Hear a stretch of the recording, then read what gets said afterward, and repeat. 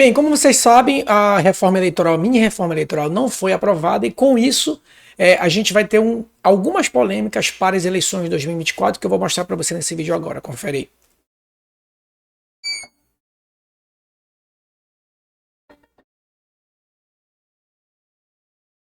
Bem, então a reforma eleitoral, a mini reforma eleitoral, ela não foi aprovada agora até o dia 6 de outubro, né? A gente sabe que pelo princípio da anualidade eleitoral, para que essa mini reforma fosse aprovada, ela deveria ser publicada um ano antes das eleições. Então as eleições de 2024 vai cair no dia 6 de outubro de 24. Então, portanto, essa lei deveria ser publicada também até o dia 6 de outubro agora de 2023. Como ela não foi aprovada, ela foi aprovada primeiro na Câmara e ainda está em tramitação no Senado Federal, então isso quer dizer que não vai ter a reforma eleitoral? Não, pode ocorrer reforma eleitoral, mas se aprovada ela não vai ser aplicada para as eleições de 2024, em razão do princípio da anualidade eleitoral lá do artigo 16 da Constituição Federal. Tá? Só para te colocar a par aqui dos projetos de lei, o PL 4438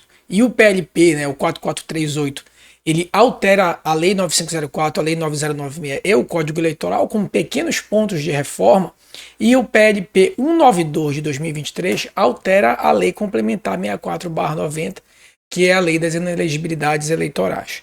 Tá, então o Congresso, a Câmara dos Deputados aprovou esses dois PLPs, né, esses dois PL. No entanto, ainda está no Senado Federal, que não votou a tempo, né, está lá nas comissões tramitando.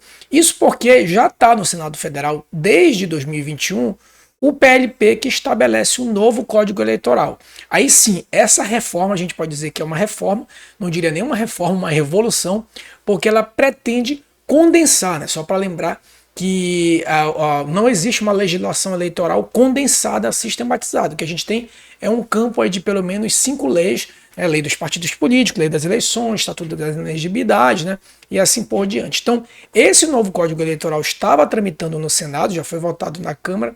Como a Câmara percebeu que esse novo Código Eleitoral não seria aprovado a tempo, então se tentou aqui uma manobra política, uma manobra no bom sentido, para ver se aprovava pequenos pontos de polêmica já para as eleições de 2024. Bem, nem isso foi possível e com isso restaram algumas polêmicas. Tá? A gente vai tratar rapidamente aqui, vai fazer uma breve passagem sobre essas polêmicas. A primeira que não foi estabelecida, a regra do 80-20, que estabelece sobre as sobras do quociente eleitoral. A gente sabe que o quociente eleitoral é o número de votos que o partido tem que ter para alcançar uma cadeira. As sobras eleitorais, a grosso modo, é quando nenhum partido, ou por exemplo, supondo que são 50 vagas, as vagas com base no quociente eleitoral só foram ocupadas, por exemplo, no máximo 40, então sobram 10 vagas, ou foram ocupadas 30, sobram 20 vagas para distribuir pelo sistema de sobra. E esse sistema de sobra é a chamada regra 80-20, em que partidos que alcançaram o 80% do quociente eleitoral e candidatos que alcançaram 20% desse quociente eleitoral estariam aptos a concorrer a essa distribuição. Tá? É uma regra muito confusa, muito polêmica lá no Código Eleitoral. A ideia da reforma eleitoral era corrigir, né, simplificar isso, mas essa reforma não foi aprovada, então a gente vai ter essa polêmica de sobras aqui da regra do 80-20. Há uma discussão, porque há uma remissão de um dispositivo e a gente não sabe se só participam da sobra quem alcançou 80% ou se todos os partidos. Então, realmente é uma regra polêmica que vai ficar aí para as eleições de 2024. Tá? A outra regra polêmica que iria ser simplificada com a reforma eleitoral é a chamada dobradinha. Né? Então, a gente teve aqui o caso clássico, né, desse candidato a vereador, que ele colocou tanto o agora presidente Luiz Inácio Lula da Silva, quanto à época o presidente Jair Messias Bolsonaro, no seu santinho, né? Ou seja, dois partidos, dois candidatos totalmente antagônicos. Né? A gente sabe que há uma construção jurisprudencial do TSE dizendo que um candidato que pertence a uma coligação não pode fazer dobradinha no seu santinho com um candidato de outra coligação. Vige aí o princípio da fidelidade da coligação para o material de campanha. A reforma eleitoral ia liberar esse tipo de dobradinha. Dobradinha foi amplamente aprovada na Câmara, no entanto, com a não votação no Senado, é outra polêmica que vai ficar. Outra polêmica que vai ficar ia ser uma nova proposição do calendário eleitoral.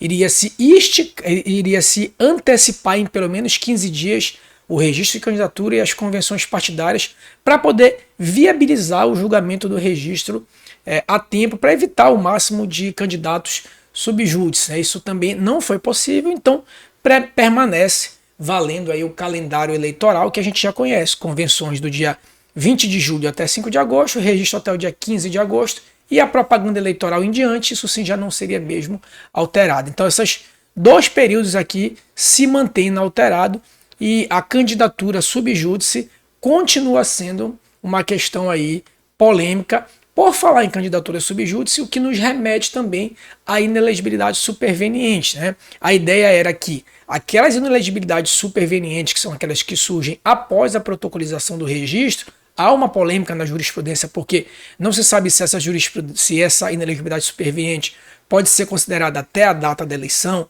ou até a data da diplomação, muito embora o TSE tenha uma súmula que fale sobre isso, mas muito limitada ao RSED, e para misturar e para bagunçar muito mais, o RSED tem uma nova redação que não foi aplicada nas eleições de 2022 pelo princípio da anualidade, mas vai ser aplicada em 24. Então essa bagunça da inelegibilidade superveniente vai ser trazida para as eleições de 2024 e a gente não sabe como é que isso vai ser disciplinado. Então outro ponto que a reforma poderia sintetizar, poderia solucionar e não foi solucionar.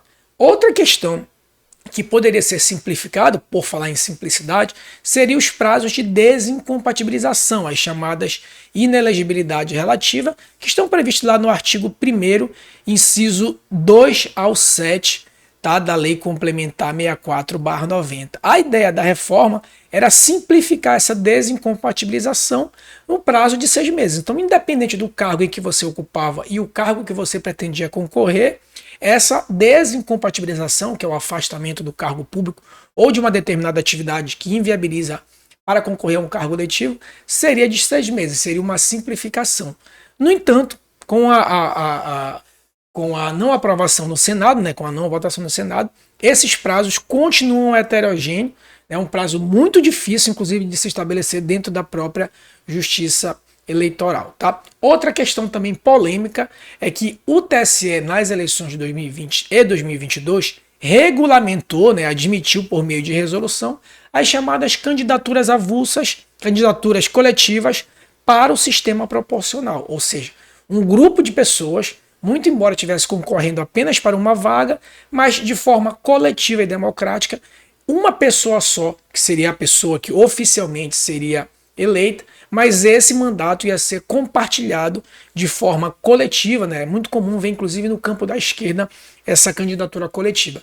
Essa candidatura coletiva foi regulamentada e autorizada pelo TSE, ela não existe expressamente na legislação. Na reforma eleitoral, houve um destaque em que essa candidatura coletiva, inclusive, foi barrada e proibida.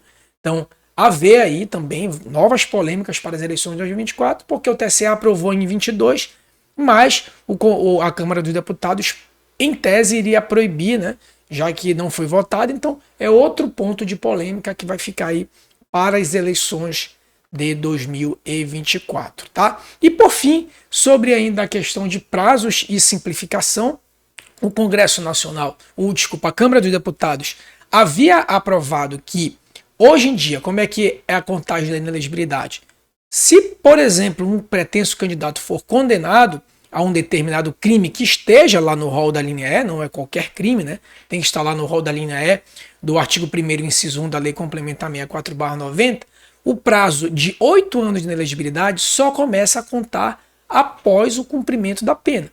Então, o pretenso candidato foi condenado, por exemplo, a 10 anos, ele 10 anos já não pode concorrer porque não tem as condições de elegibilidade, e a inelegibilidade só começa a contar após esses 10 anos, o que na prática iria tirar da vida pública durante 18 anos. Tá? A ideia era simplificar, tentar já contar esses 8 anos já desde a condenação, para evitar que isso se estendesse.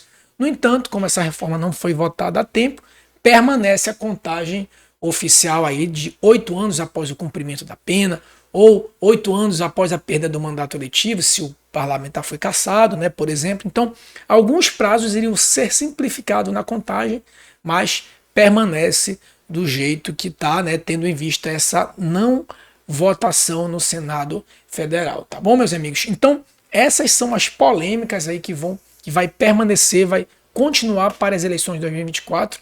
A gente vai ter mais uma vez o TSE tentando unificar essas polêmicas que a gente citou aí, tá bom? A ver como é que isso continua para as eleições de 2024, mas só lembrando que a reforma eleitoral e a proposta do novo Código Eleitoral, um código extenso com mais de 150 artigos, está tramitando no Senado Federal, não para as eleições de 2024, mas vamos ver se sai aí para as próximas eleições. Tá bom, meus amigos? Não se esqueça de se inscrever no canal, curtir, comentar, compartilhar. Toda semana a gente publica aqui vídeo de direito eleitoral, tá bom?